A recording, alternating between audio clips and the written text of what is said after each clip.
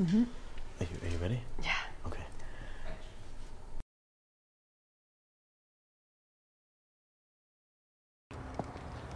How do I remember Clipper Dos Santos?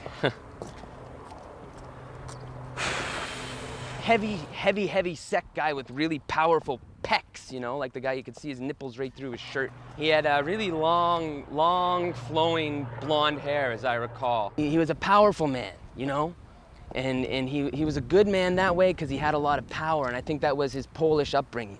But at the same time, sometimes his hair seemed more brown and short and curly a bit, and more like balding, with his femininity in his hands and in his feet. Genius. Yeah. Yeah. He was the best damn barber in the history of this neighborhood. Probably the history of this world. Jack. This is it. That is where, see where that bird is? That is where he was from. I'd live up there, man. It's way nicer than my place. Oh man, it's so sweet. He used to like waltz with girls up there, and he like did a lot of like old Polish jigs or Portuguese, whatever. Yeah, he was always there for me. He was always there for me. I mean, everything. Christmases, anniversaries, birthdays, bar mitzvahs, weddings, funerals, when I lost my virginity, parties. I mean, even when we moved out of the neighborhood, I mean, we still went to go see him, what, like 2-3 times a week? I mean, depending on the weather, so you know, but I did. Yeah. But he had a really clear diction, but in a sprawling sort of way, like a muddled clarity. It was good. Yeah. Until, you know, until that night. July 2nd, 1999.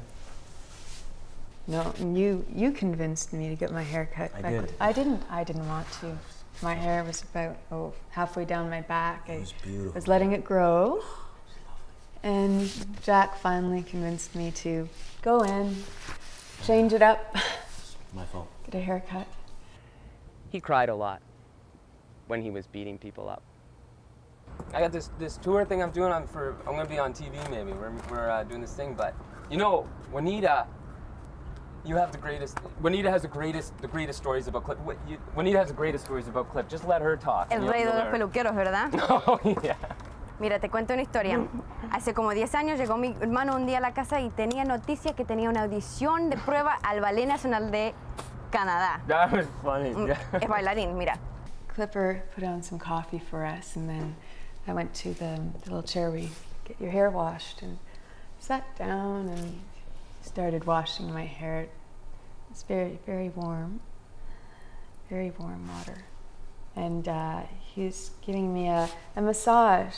Yeah, I love head massages.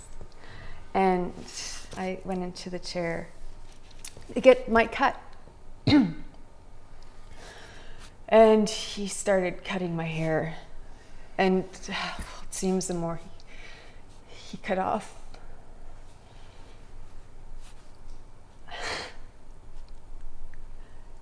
do you have any water?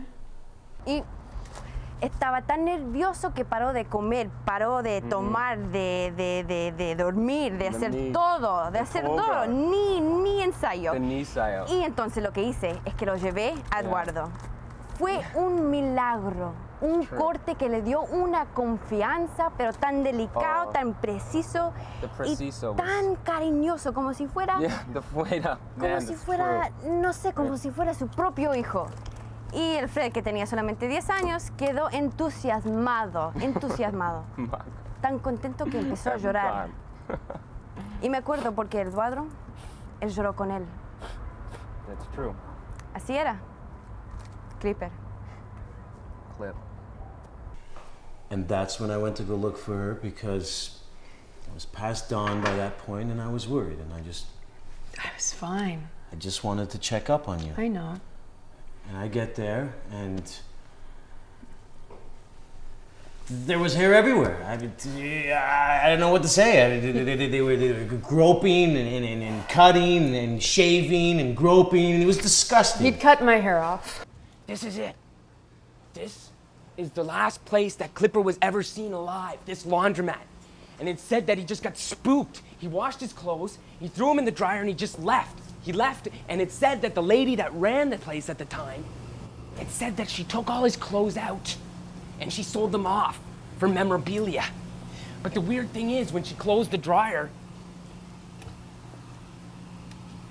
kept going. This dryer has been going for 7 years. The spirit of Clipper is inside the dryer.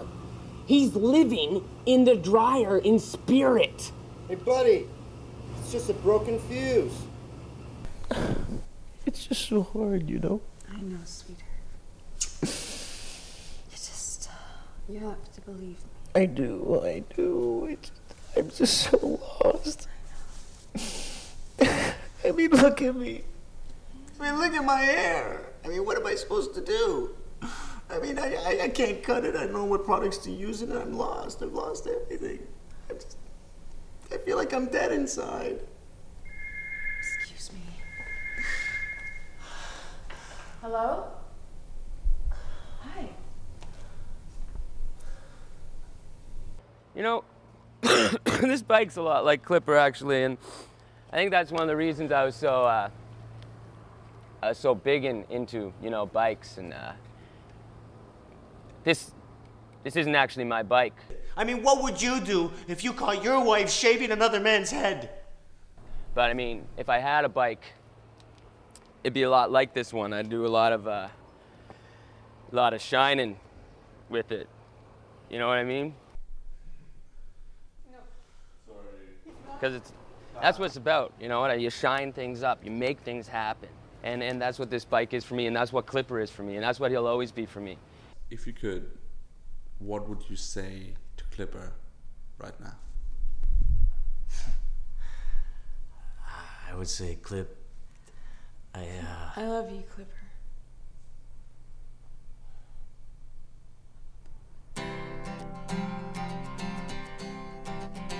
This is for you, Clipper.